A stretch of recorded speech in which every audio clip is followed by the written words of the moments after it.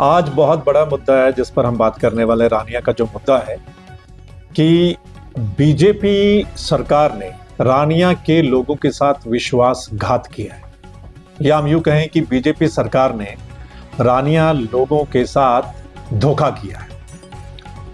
और मुद्दा है जो सब डिवीजन बनाने वाला मुद्दा है। आप सभी जानते हैं रानिया सब डिवीजन की मांग को लेकर रानिया के लोग कितने लंबे समय से संघर्ष कर रहे हैं, कितना लंबा धरना चल रहा था। रानिया शहर बंद रहा किस बात के लिए कि सब डिवीजन बनना चाहिए। सब नॉर्म्स पूरे करता है रानिया हल्का, उसके बावजूद भी सब डिवीजन आज तक नहीं बनाया गया। और आज प्रेस कॉन्फ्रेंस करने का मतलब यह है कि सरकार बनने के बाद अब जो खबरें हैं वो ये कि एक कमेटी जो बनाई गई है तो उसमें यह है कि अब एक बार फिर इस मुद्दे को टाल दिया गया है, यानी अभी रानिया को सब डिवीजन जो है वो नहीं बनाया जा रहा है। ये साफ साफ नजर आ रहा है। लेकिन आपने देखा होगा और आपने सुना होगा कि इलेक्शन से पहले जो धरना चल रहा था हमारे तहसील कार्यालय, वकील जितने भी थे वो धरना दे रहे थे, उनका साथ पूरा शहर दे रहा था, पूरा हल्का दे रहा था। तो वहां पर जो उस समय के नेता थे, एक तो जो मंत्री भी थे मौजूदा रणजीत सिंह चौटाला, उन्होंने भी आश्वासन दिया था और तकरीबन 2-2.5 साल पहले दिया था कि आप धरना समाप्त कीजिए, रानिया को सब डिवीजन बनाया जाएगा। उन्होंने भी देखो धोखे में रखा रानिया हल्के को। रणजीत सिंह चौटाला ने मंत्री रहते हुए धोखे में रखा। उसके बाद जब लंबा चल रहा था तो आपने ये भी देखा होगा कि जो यहाँ के जिला अध्यक्ष थे बीजेपी के, वो यहां से सभी वकीलों को साथ लेके जाते हैं जो धरना दे रहे थे। वहां मुख्यमंत्री के कोठी पे चंडीगढ़ उनको लेके जाते हैं और वहां पर मुख्यमंत्री आश्वासन देते हैं, जो मौजूदा मुख्यमंत्री नायब सिंह सैनी, वो आश्वासन देते हैं कि आपकी इस मांग को हम स्वीकार करते हैं और ये हम बनाएंगे। और यहां फिर जिला अध्यक्ष पूरे हल्के में आके बोलते हैं भी भाई हमारी सरकार सब डिवीजन बनाएगी रानिया को, और मुख्यमंत्री साहब खुद आएंगे, एक बड़ी रैली करेंगे जिसमें वो ऐलान करेंगे कि रानिया को सब डिवीजन बनाया जाता है। लेकिन आप देखिए, ना तो इलेक्शन से पहले ऐसा कुछ हुआ, कोई रैली नहीं हुई, कोई मुख्यमंत्री ने ऐलान नहीं किया, एक लॉलीपॉप दिया गया रानिया के लोगों को। और ना ही अब ऐसा लग रहा था कि दोबारा सरकार बन जाएगी तो फिर बनाएंगे। शायद इलेक्शन से पहले इसलिए उन्होंने हां कर दी क्योंकि उनको अंदाजा नहीं था कि उनकी सरकार बनेगी। सो इलेक्शन में सिर्फ फायदा लेने के लिए हरियाणा की बीजेपी सरकार ने रानिया के लोगों को धोखा दिया कि ये सब डिवीजन बना दी जाएगी। अब तो उनकी सरकार आ गई है, अब तो कम से कम बना देना चाहिए, लेकिन अब भी नहीं, ठंडे बस्ते में डाल दिया गया है, कमेटी बना दी गई है। इसका मतलब यह है कि रानिया को सब डिवीजन नहीं बनाया जा रहा। सो रानिया के लोग अब ठगा ठगा सा महसूस कर रहे हैं कि बीजेपी सरकार ने उनके साथ धोखा किया है, विश्वासघात किया है। जो लोग इतना लंबा समय धरना दे रहे थे उनके साथ विश्वासघात किया है कि उनको यहां से ले जाकर सीएम हाउस पर यह कहा गया, विश्वासघात पड़ा। जो मौजूदा उस वक्त के मंत्री थे उन्होंने विश्वासघात किया है। तो ये सबसे बड़ा मुद्दा है कि सब डिवीजन ना बनने की वजह से रानिया के लोगों को कितनी परेशानी होती है। रानिया के जितने भी लोग हैं हल्के के, उनको एलनाबाद जाना पड़ता है अपने छोटे छोटे काम के लिए, तभी यहाँ के लोग संघर्ष कर रहे थे, तभी ये सबसे बड़ी डिमांड थी। और इलेक्शन में भी आपने देखा होगा तमाम लोग इस मुद्दे को बात कर रहे थे और हमने भी यही कहा था कि अगर हमारी सरकार आती है तो सबसे पहले हम रानिया को सब डिवीजन बनाएंगे। चलिए, हमारी सरकार नहीं आई लेकिन बीजेपी की सरकार आ गई और तीसरी बार आई है लगातार, यानी पिछले 10 साल से उनकी सरकार है। मंत्री थे यहां से पिछली बार, उसके बावजूद भी रानिया को सब डिवीजन नहीं बनाया गया। तो इसका मतलब साफ है कि रानिया की जरूरत नहीं है बीजेपी को, ना तो रानिया के लोगों की जरूरत है और ना ही रानिया के जो भी बाशिंदे हैं उनकी जरूरतों को पूरा करना है बीजेपी सरकार। ये साफ साफ दिखाई देने लग गया। तो इसका मतलब यह है कि बीजेपी सरकार ने और यहाँ के जो बीजेपी के नेता थे उन सभी ने रानिया के लोगों की भावनाओं के साथ खिलवाड़ किया है और उनको धोखा दिया है। हम एक बार फिर रानिया के लोगों की ओर से ये सरकार से अपील करना चाहते हैं और चेताना भी चाहते हैं कि भाई आपने ये जो वादा किया था इलेक्शन से पहले, वोट लेने के लिए वादा तो आपने किया था, लेकिन सरकार अब आपकी आ गई है तो आप इस वादा को पूरा करें। मैं यहाँ के बीजेपी नेताओं को भी कहूंगा कि आपने वादा किया था, आप वादे से पीछे मत हटिएगा। और मैं मुख्यमंत्री हरियाणा से भी कहूंगा कि भाई रानिया के लोग आपके निवास पर पहुंचे थे और रानिया के लोगों को आपने भरोसा दिलाया था, वादा किया था। इसलिए मैं कहता हूं कि मुख्यमंत्री साहब, अगर आप अपनी बात पर कायम रहना चाहते हैं, अगर आप चाहते हैं कि सिरसा जिला या रानिया के लोग आप पर भरोसा करें, तो आप फिर रानिया को जल्दी से जल्दी सब डिवीजन बनाएं, ताकि रानिया को लोगों को लगे कि हाँ, इन्होंने हमारे साथ जो वादा किया था उसको निभाया है। और अगर आप ऐसा नहीं करेंगे तो फिर रानिया के लोग आपको कभी माफ करने वाले नहीं हैं। डिवीजन का मुद्दा सबसे अहम था, इस पे आपने चर्चा की। इसके बाद में यहाँ सबसे बड़ा मुद्दा आप देख भी चुके हैं, नशा। इस पे लगाम कसने वाला या कोई नहीं। इसके बारे में आपका क्या कहना? नशा तो जब से बीजेपी की सरकार आई है हरियाणा, आप देख ही रहे हैं, तब से ही नशा जो पूरे हरियाणा में बढ़ा है। पहले तो पंजाब के साथ लगते इलाकों के साथ ही होता था, आपको पता है, पंजाब राजस्थान के साथ, यानी हमारा जो सिरसा एरिया इफेक्टेड था, सबसे पहले हमारा सिरसा एरिया इफेक्ट रहा। अब तो आप देखिए पूरे हरियाणा में आप कहीं से खबर पता कर लीजिए, रोहतक से आगे भिवानी महेंद्रगढ़ तक और उधर यमुनानगर तक नशा इतना चल रहा है और पूरा हरियाणा परेशान है, पूरा हरियाणा परेशान। और हमारे एरिया में तो आपको पता ही है कितनी जानें जा चुकी हैं, कितने नौजवान इस दुनिया से चले गए हैं। और मैंने तो बहुत पहले ये मुद्दा उठाया था और मैंने कहा था कि अगर सरकार चाहे तो ये नशा खत्म हो सकता है, लेकिन क्या है कि सरकार के लोग यानी सत्ता में बैठे लोग और प्रशासन, उनकी मिलीभगत है, ड्रग्स का जो धंधा करते हैं उनके साथ, इस वजह से ये बंद नहीं हो रहा है। इसका मतलब ये है कि उनको लोगों की जिंदगियों से कोई लेना देना नहीं है। बीजेपी की सरकार को उनको कोई मतलब नहीं है कि युवा जितने मर्जी जा रहे हैं नशे की वजह से, उनको कोई मतलब नहीं। उनको सिर्फ जो सत्ता में बैठे लोग हैं या प्रशासन में, उनको सिर्फ पैसा चाहिए। वो पैसे के बदले कितनी जिंदगियां चले जाएं उनको कुछ नहीं है। मैं आज भी चाहता हूं कि रानिया नशे से मुक्त हो और मैं हमेशा उन परिवारों के साथ खड़ा रहा हूं, पहले भी आज भी। मैं चाहता हूं कि हम जो युवा नशे में फंसे हुए उनको बाहर निकालें। और जैसा मैंने यहाँ सुना था इलेक्शन के बाद जो यहाँ के जिला अध्यक्ष हैं बीजेपी के, मैंने सुना, एक वीडियो देखी मैंने, वो चेतावनी दे रहे थे अधिकारियों को कि भाई ये जो अफसर हैं वो बाज आ जाएं, कोई नशा बेचता पकड़ा गया या ऐसा कुछ है तो हम ये कर देंगे वो कर देंगे, मैंने सुना। तो भाई उसका क्या असर है भाई बताइए? आप तो बहुत चेतावनी दे रहे हैं, ये कर देंगे वो कर देंगे। पिछले 10 साल से सरकार आपकी है, पहले आपने क्यों नहीं ध्यान दिया? और अभी ध्यान दे दीजिए, मैं चाहता हूं तो अभी आप कर दीजिए। एक बार फिर आपकी सरकार को मौका मिला है, अभी आप नशे को खत्म कर दीजिए ताकि यहाँ के लोगों को लगे कि हाँ भाई कुछ हुआ है। तो नशा डे बाय डे बढ़ता जा रहा है, ये कम नहीं हो रहा है। सो मैं एक बार फिर सरकार में बैठे लोगों को जिन्होंने वादा किया था वो याद करें और यहाँ की जिंदगियों को बचाएं। देखिए, आपने देखा होगा भी, जैसे 5-10 ग्राम पुलिस जो ऐसा पदार्थ पकड़ के फिर फटपाती है, सम्मानित करती है, लेकिन आपने ये देखा कभी कि पुलिस को सूचना देना कितना महंगा पड़ जाता है? इसके लिए क्या ऑप्शन है?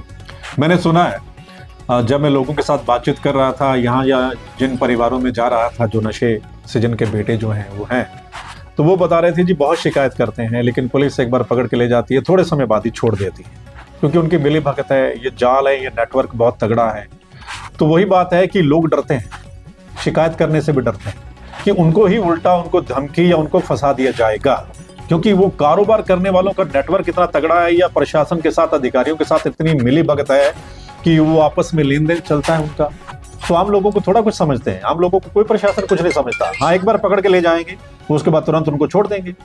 तो यही मैं कहना चाहता हूँ, बीजेपी के लोगों से कहना चाहता हूँ कि भाई ये जो सिस्टम चल रहा है आप इसको तोड़िए, ईमानदार अफसर लगाइए, खासकर जहां जहां नशा है, ईमानदार थानों में लगाइए, ईमानदार उसके ऊपर अधिकारी लगाएं, ताकि ये जो मिली भगत है वो ना चले और ये नशे का कारोबार जो है वो खत्म हो। सर 7-8 वार्ड के जो हालात इतने बेहतर है, लोगों को कहना कि शरेआम आज शाम के समय महंगी गाड़ियों में लोग आते हैं और दशक दिखते हैं। बिल्कुल सही बात है, आपने देखा होगा 7 और 8 नंबर वार्ड, और अभी भी मैं सुन रहा हूँ कई बच्चों की हालत वहां पर ठीक नहीं, बहुत हालत कमजोर है, यानी कि नशे की वजह से वो सब हो रहा है। और कितने ही घरों के बच्चे, हर घर में से बच्चा वहां से चला गया है, कई घरों से तो 2-2 बच्चे मैंने देखा है, सुना है कि वहां से चले गए हैं।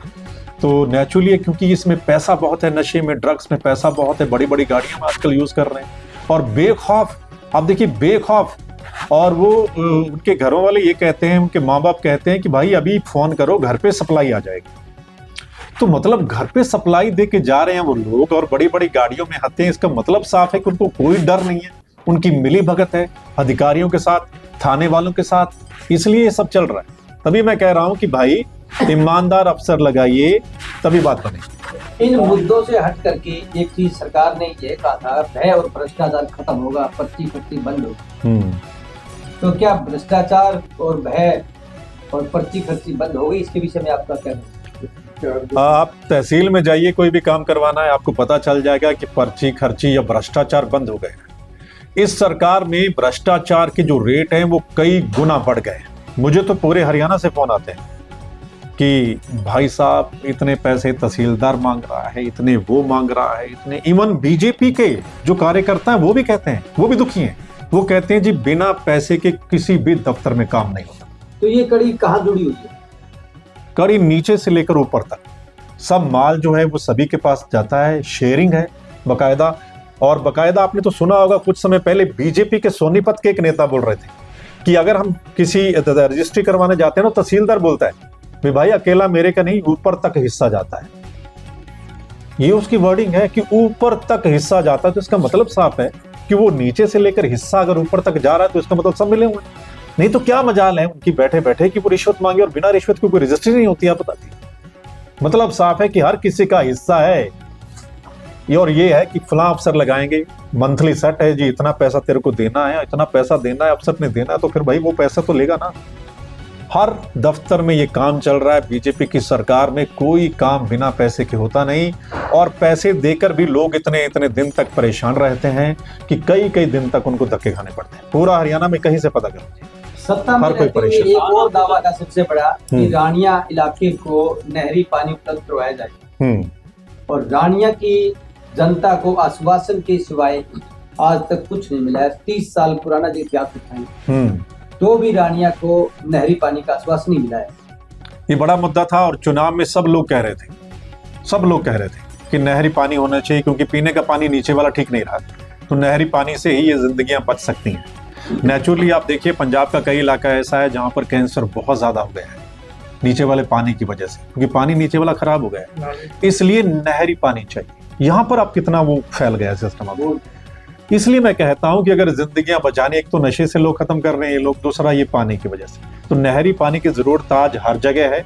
और रानिया का ये मुद्दा बहुत पुराना है, ये सभी लोग वादा कर रहे थे, खासकर सत्ता में बैठे लोग वादा कर रहे थे। मैं उनको याद दिलाना चाहता हूँ, मुख्यमंत्री सब कुछ कर चुके हैं। यहाँ पे बकायदा आप बता रहे थे नहर निकलती है, और इस पर्पज के लिए वो नहर निकाली गई कि यहाँ पर नहरी पानी मिलेगा रानिया के शहर को, रानिया के आसपास सभी को।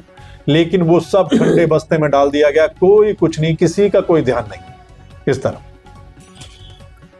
दिल्ली जाने से रोका जा रहा है। हरियाणा के सिरसा जिला के बॉर्डर की सीधा दिल्ली के लोग। देखिए किसानों की मांगे आप देखिए, जब 3 कानूनों का मसला था, तो जब किसान हरियाणा पंजाब का किसान दिल्ली बॉर्डर पर जाकर बैठा तो उसका असर हुआ और बैकफुट पर सरकार आई, 3 कानून वापस लिए गए। लेकिन सबसे बड़ा मुद्दा आज भी बरकरार है, वो एमएसपी का मुद्दा है। मिनिमम सपोर्ट प्राइस फसल का चाहते हैं, इसलिए किसान पंजाब के बैठे हैं, हरियाणा वाले भी वहां जाना चाहते हैं। लेकिन हरियाणा वालों को मैं एक बड़ी बात आपको बता दूं, ये जो हरियाणा की सरकार में बैठे लोग कह रहे हैं ना कि भी हरियाणा वाले साथ नहीं दे रहे पंजाब के किसानों का, तो उसमें मैं आपको क्लियर जो बताता हूँ सच्चाई क्या है। सच्चाई ये है कि हरियाणा के किसानों पर इतना बड़ा शिकंजा इस सरकार ने कस दिया है, उनको नोटिस देके, उनको डराकर, उनको धमकाकर उनके पासपोर्ट तक लिए जाते हैं। उनको कहा जाता है कि अगर आप घर से बाहर निकलेंगे, कोई भी किसान नेता है, तो भाई आप फिर देख लीजिए आपका हम क्या करने वाले हैं। आप विदेश नहीं जा पाएंगे, या आपका बच्चा कोई विदेश में है, या आपका ये है, मतलब इतना डराया गया है हरियाणा में किसानों को और किसान नेताओं को कि भाई जो भी आंदोलन में जाएगा फिर वो अपना देख ले। तो मतलब एक अन्नदाता को ये सरकार डरा रही है। एक तरफ कह रही है कि हम तो बहुत कुछ कर रहे हैं, और दूसरी तरफ देखो, प्रदर्शन करना, अपना हक मांगना, ये लोकतंत्र में हर किसी को अधिकार है, हर किसी को अधिकार है, तो फिर क्यों नहीं। और दिल्ली जाना, आप देखिए जब पिछली बार ये शंभू बॉर्डर पर धरना शुरू हुआ था उस समय मुख्यमंत्री खट्टर साहब हुआ करते थे, और खट्टर साहब का बयान ये है कि ये अपने ट्रैक्टर क्यों लेके जाना चाहते हैं। ट्रैक्टरों के आगे इन्होंने मॉडिफाई करवा रखा है, हथियार नुमा चीजें लगवा रखी हैं, ये पैदल चले जाएं, ये बसों पे चले जाएं। तो अब वो किसान पैदल जाना चाहते हैं, पैदल 101 किसान सिर्फ पैदल जाना चाहते थे, उनको आगे नहीं बढ़ने दिया जा रहा। और इतनी फोर्स लगा रखी है, इतना फोर्स, और 5 लेयर की कंटीली तारें, पता नहीं क्या क्या लगा रखा है, उनको आगे नहीं बढ़ने दिया जा रहा।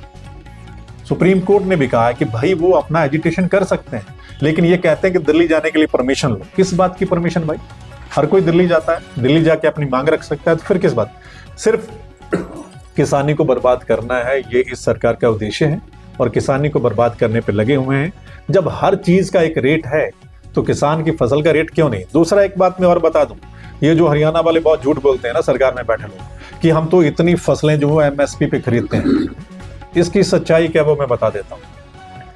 थोड़ी बहुत फसल, अदरवाइज जो एमएसपी तय कर रखा है उस पे फसलें कितनी बिकती हैं ये आपको भी पता है। मुझे इतने किसानों के फोन आते हैं कि भाई एमएसपी तो सरसों का ये है, उससे 2000 कम मेरी बिक रही, मैं क्या करूं, मंडी में पैसे लेते नहीं है, मैं तो इतने दिन तक वेट कर रहा हूं, मजबूरी में मुझे बेचनी पड़ी है। ये कहने की बातें हैं कि हम इतनी फसलें एमएसपी पे खरीद रहे हैं, कोई एमएसपी पे नहीं है, कहने की बात है। इसलिए मैं कहता हूं कि किसान जो हैं वो बेचारे आज भी ठंड में इतने बैठे हैं, और जो तल्लेवाल साहब हैं उनको आज 18-19 दिन हो गए हैं, वो बिना कुछ खाए, उनकी हालत बड़ी नाजुक है, वो कैंसर के पेशेंट हैं, लेकिन सरकार बिल्कुल भी वार्ता के लिए तैयार नहीं। उसका मतलब क्या है? इसका मतलब साफ है कि किसानों की तरफ कोई ध्यान नहीं। परंतु जैसा आपने कहा किसान परेशान है, हर वर्ग परेशान है, फिर भी बीजेपी जो बहुमत से सरकार बनाती है, क्या लगता है लोग जागरूक हैं? लोग जागरूक हैं। आप देखिए इलेक्शन से पहले कोई भी एक बंदा नहीं कह रहा था कि बीजेपी की सरकार आ जाएगी। इवन बीजेपी लोगों को भी भरोसा नहीं था कि हमारी सरकार आ जाएगी, है ना। किसी को कोई सिंगल सर्वे, कोई मीडिया नहीं कह रहा था कि इनकी सरकार आ जाएगी। उसके बावजूद भी इनकी सरकार आ जाती है। अभी आप देखिए महाराष्ट्र में बहुत से लोग बोल रहे हैं एक गांव में कोई वोट नहीं निकला कांग्रेस को, वो पूरा गांव इकट्ठा होकर एफिडेविट देने के लिए तैयार बैठा कि भाई हमने वोट ही तो कांग्रेस को डाला था, वोट क्यों नहीं निकला ईवीएम। तो ईवीएम का मसला बहुत बड़ा है। उसके लिए हरियाणा की ओर से, हमारी ओर से इतनी पिटीशन लगाई गई हैं हाई कोर्ट में। बहुत से हमारे जो हारे हुए नेता हैं, ठीक है, मैंने खुद इतने बूथों की दोबारा रिकाउंटिंग करने के लिए पैसे भर रखे हैं, वो आज तक रिकाउंटिंग नहीं हो रही है। हाई कोर्ट में हमारे नेताओं ने पिटीशन लगा रखी है, सुप्रीम कोर्ट में पिटीशन लग गई है। आज की अगर आप खबरें देखें, और सुप्रीम कोर्ट ने बकायदा कहा है कि ये जो इनकी ईवीएम और वीवीपैट की आपस में मिलान होना चाहिए, ताकि लोगों को भरोसा हो कि जो उन्होंने बटन दबाया वो वोट निकला या नहीं निकला। तो ये मसला बहुत बड़ा है, पूरे देश में चर्चा हो रही है। और मेरे को लगता है कि जैसे बड़े बड़े देशों में ये होता है कि बैलेट पेपर से चुनाव होता है, तो वो होना चाहिए ताकि ऐसा ना हो, क्योंकि लोगों को ना शक है, ईवीएम पर शक है। और आप देखिए कि पूरे वर्ल्ड के इतने बड़े जो एलन मस्क है वो भी कहते हैं कि इसमें गड़बड़ी हो सकती है। एलन मस्क जो पूरी इलेक्ट्रॉनिक चीजों को जानता है वो कहता है कि भाई इसमें गड़बड़ी हो सकती है। तो फिर यहां पर भी हो सकती है भाई, लेकिन कोई मानने को तैयार। इन्होंने किया है, आप देखिए डीएपी खाद लेने के लिए कितनी लाइनें लगी हैं आपके सामने, और मीडिया वालों ने छापा है, आप ही ने छापा होगा ना, कितनी लाइनें दिखाई हैं। सिरसा में देख लीजिए, हर जगह कितनी लाइनें लगी हैं। लेकिन मुख्यमंत्री और इनके मंत्री का बयान क्या आता है, आप कभी भी सुन लीजिए कि खाद की कोई कमी नहीं है। ये कहा था ना कि खाद की कोई कमी नहीं है। भाई एक तरफ किसान लाइनों में लगा हुआ इतने दिन से धक्के खा रहा है, और ये कहते हैं खाद की कमी नहीं है। इसका मतलब साहब इतना झूठ बोलते हैं, यानी बीजेपी वाले इतना झूठ बोलते हैं और सरेआम झूठ बोलते हैं। भी किसान को ना तो समय पे खाद मिलती है, और अब आप रेट देखिए ना, धान का सही रेट मिल रहा उसको, ठीक है, सही रेट नहीं है। एक तो झाड़ कम निकला, एक रेट कम, किसानी तो वैसे खत्म हो रही है। सब्सिडी काटी जा रही है। हाँ, सब कुछ किसानी को वैसे खत्म किया जा रहा है, ऊपर से डीएपी आप समय पर दे नहीं रही है। डीएपी समय पर नहीं देंगे तो समय पर गेहूं की बिजाई नहीं होगी, उसकी गेहूं लेट होगी, तो किसानी वैसे मारा गया। और नहरी पानी भी लंबे टाइम बंद करने का प्रोग्राम आ गया। आप देखिए, तो इसका मतलब किसानों को बर्बाद करने पे तुली हुई है सरकार, झूठ बोलना। और आपने ये भी देखा होगा, इलेक्शन से पहले सीएम साहब ने कहा था कि हमारी सरकार आने पे 3500 रुपए में धान खरीदा जाएगा, कहा था ना, वीडियो है ना, सबूत है हमारे पास। लेकिन 3500 रुपए बिका, 2200-2300 रुपए बिका ना, ये रेट था ना सर। तो 2200-2300 रुपए जो धान खरीदा, वो 3500 रुपए खरीदने पर बात की थी सैनी साहब ने। पता है क्यों? क्योंकि उनको यकीन नहीं था कि उनकी सरकार आ जाए। ये जुमला फेंका था उन्होंने, जुमला। और जुमला फेंकने में ये लोग माहिर हैं, बीजेपी वाले, कि जुमला तो इतना बड़ा फेंक देते हैं, लेकिन इनको भरोसा नहीं था सरकार, चलो फेंक देते हैं, सरकार तो आनी नहीं हमारी, फेंक देते हैं। सरकार आ गई तो अब खरीदो, 3500 रुपए क्यों नहीं खरीदते? तो उनकी सरकार तो किसानों की आय दुगनी करने की बात करती है। 2022 में प्रधानमंत्री मोदी साहब ने कहा था कि 2022 में हम किसानों की आय दोगुनी कर देंगे, लेकिन 2024 चल रहा है, 24 भी पूरा होने वाला, अब तो 25 आ गए। 3 साल बीत चुके हैं, कोई किसान की आय दुगनी नहीं हुई है। कितनी फसल, कितनी एमएसपी इन्होंने बढ़ाई है, और उधर से आप खाद के, बीज के, स्प्रे के रेट देख लो, खर्चे दुगने हो गए। खर्चे 2 गुने 3 गुने हो रहे हैं, और फसल का रेट नहीं, तो आय कैसे दुगनी होगी भाई? आय कैसे दुगनी होगी? आप हर चीज लेने जाओ किसी भी मार्केट में, उसका एमआरपी है, एमआरपी मतलब मिनिमम रिटेल प्राइस है, नहीं मैक्सिमम रिटेल प्राइस है ना। किसान मिनिमम मांग रहा है, किसान कहता है कि मुझे सिर्फ अपनी फसल का इतना दे दो, इतने पे खरीद लो, यानी खरीद की गारंटी चाहिए मुझे, लेकिन वो भी नहीं दे रहे। किसान के यहां से कोई अगर वो सब्जी बेचता है ना, तो आलू जाएगा 2 रुपए 3 रुपए, वो मंडी में हमें कितने का मिलेगा? 30 रुपए 40 रुपए। आप मंडी में खरीदने चले जो आम लोग, ये जो बीच का गैप है वो क्यों नहीं किसानों को फिक्स दे दिया जाता? भी तेरी फसल का 10 रुपए पकड़ भाई, ये मिनिमम है, 10 रुपए तो पकड़, ताकि उसकी किसानी घाटे में ना जाए। अब आप देखिए, कई बार आपने एग्जाम्पल देखे होंगे कि किसान जो है अपना आलू रोड पे फेंक रहा है, अपना प्याज फेंक रहा है, अपनी गोभी फेंक रहा है, पीछे तो शिमला मिर्च भी फेंक रहा था, कीनू फेंक रहा है, कई बार तो आपने ये देखा। तो भाई किसान क्या करेगा ये बता दीजिए, क्योंकि उसकी लागत ज्यादा आ गई। मंडी में जब अपनी फसल लेके जाएगा, उससे ज्यादा तो लागत आ गई उसकी, तो वो क्या करेगा? इसलिए वो एमएसपी मांगता है कि मुझे मिनिमम सपोर्ट प्राइस दे दीजिए, ताकि मेरी जो किसानी है वो घाटे में ना जाए, मेरी जो लागत आती है कम से कम उससे थोड़ा मुझे ज्यादा मिल जाए। बस इतना ही किसान मांगता है, लेकिन देना नहीं है सरकार ने, देना नहीं है, ऐसे ही करते रहेंगे। और उस समय वादा किया था कि हम ऐसा करेंगे। कोई आज भी आपने कृषि मंत्री को सुना होगा, 5 दिन पहले संसद में खड़े होकर शिवराज सिंह चौहान बोलते हैं, जब विपक्ष के नेता सवाल करते हैं तो शिवराज सिंह चौहान बोलते हैं कि हम किसानों का हर फसल वो एमएसपी पे खरीदेंगे। भाई कब खरीदोगे? कहने और करने में बड़ा फर्क है। जुमला तो आप छोड़ते ही छोड़ते हैं, जुमला छोड़ने के बाद नहीं बनेगी, आप खरीदो तब जाकर बात बनेगी। खाली ये नहीं कि हम खरीदेंगे। तभी मैं कह रहा हूं कि ये जो सरकार है ये किसानों की नहीं, ये सरकार मजदूरों की नहीं है, और ना ही ये सरकार कर्मचारियों की है, किसी की सरकार नहीं है।